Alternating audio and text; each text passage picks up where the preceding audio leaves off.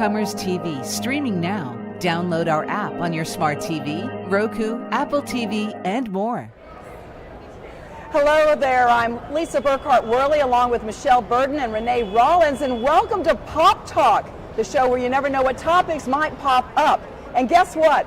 We are broadcasting this show from the National Religious Broadcasters Convention at the Gaylord Texan Hotel in Grapevine, Texas, just down the road from our studio.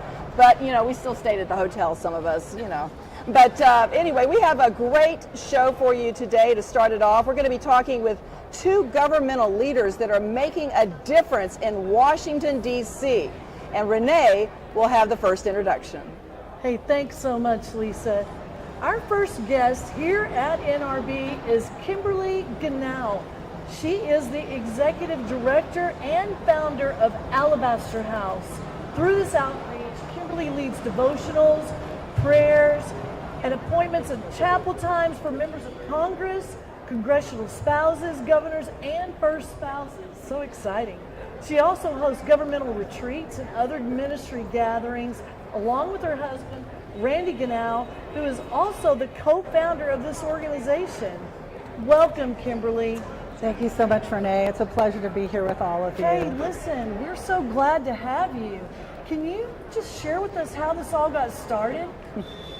Sure. Back in 1998, I was actually hired by a prominent evangelical leader, Dr. D. James Kennedy. And so I was actually brought on as one of his first Capitol Hill liaisons in his office. And that really was just a fancy word for missionary to Capitol Hill. So it was just an incredible time. You know, they said to me, how do you want to reach the Hill? And I said, I don't know, let me go home and pray about it. And I went home and prayed about it. And I felt like God just said to do coffee. You know, women, coffee, it's a thing.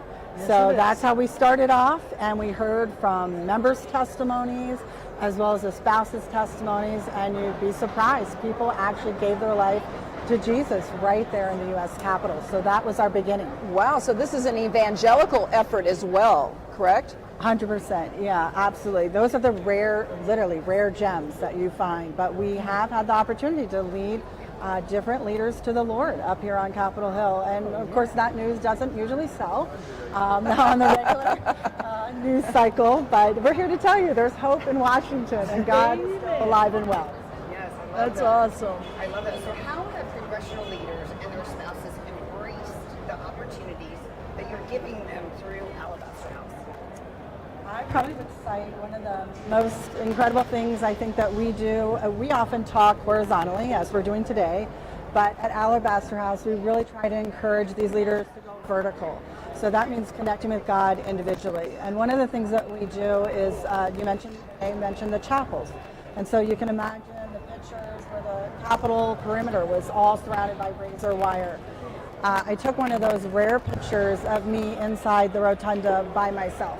Right, we were leading back-to-back chapels at the time for members of Congress and congressional spouses. So together. So I think that's how are they responding. On a lighter note, we had one congressional spouse come in who hadn't been with us before, and she looked around the room and she started to see all the women kind of just easing back in their chairs, and you know they're all everything's perfect, you know, and their hair and everything. And she's looking around like, what is going on? And they said, you're going to love it. This is like a spa. And so what they were really saying was the presence of God, right? The words describe the peace of God that you find literally right there in the U.S. Capitol. Yeah, it's intimidating to walk into an event for anyone, you know, especially if you don't know people and you're trying to go into an event that's a Christian event. I know. We put on a conference every year. It's about to happen. And I'm going to have to talk to you because one of our initiatives is to level. Okay, so we're going to talk. But you do hold a couple of other events called the Capitol Spouses Retreat, and you also do a Congressional Marriage Retreat. So what all are you trying to accomplish there? Those are great questions, Lisa. I think one of the most important things that we can do, remember the constituency. They're leaders. They're very busy. Back in the home state district. And so when we're talking about specifically the Congressional Spouses Retreat, that's for spouses of government leaders. So not only Congress, but it could be the court, right? It could also be ambassadors, spouses, you know, 3 branches of government. So what we again want to do there is we give them a time to gather together, but we also are situated out on 10 acres. So we have benches all across the property. So we'll have a reception, time together, a brunch, and then we send them out onto those benches. And what I know is we have a prayer list, basically an email update that we send out. So if you want to sign up, find us at alabasterhouse.org. It's a great way to pray, but we'll let people know how they can be praying for us. And the spouses, usually they say, they're never going to ask you how they can pray for you, but they'll know, and I'm thinking, oh my gosh, no pressure. But it really is God that will let us know, because they really can't tell you when you ask them what's a prayer need. They're really not going to give you something authentic. So you really have to trust God to know what is going on in their heart. And I have to tell you, some of them have even said to us, I swear you read my journal, which is super fun. And that really is the collective prayer of the community, joining with a ministry like Alabaster House that's on the front lines, and they're able to partner with us in that prayer. Yeah, the Holy Spirit can tell you what's going on. 100%. Wow. Well, I was really wondering what it's like to be in Washington, D.C. and do a leadership summit. How often do you do that? I want to hear about that. It's bipartisan, right? Right. So tell us about that. So we just pioneered the Leadership Summit in 2024. Save the dates for September 10th and 9/11 of 2025 up on Capitol Hill. It really was fabulous. Our quotes that we got from there, we did round tables, and we had members of Congress actually sit at the tables with our participants. That in and of itself was what they said was gold, right? It was just revolutionary, because most leaders will come in, they'll give a speech, maybe you're fortunate to get a Q&A, but to actually spend time with them. And it was really derived, frankly, out of crisis, out of the pandemic, and wanting to equip business executives as well as ministry executives just to see around the corner what might be happening, because as we know, those were hit very hard, right? Ministry shut down and businesses were closed. That's right. So the Leadership Summit is a place to get equipped and to actually develop really your own leadership.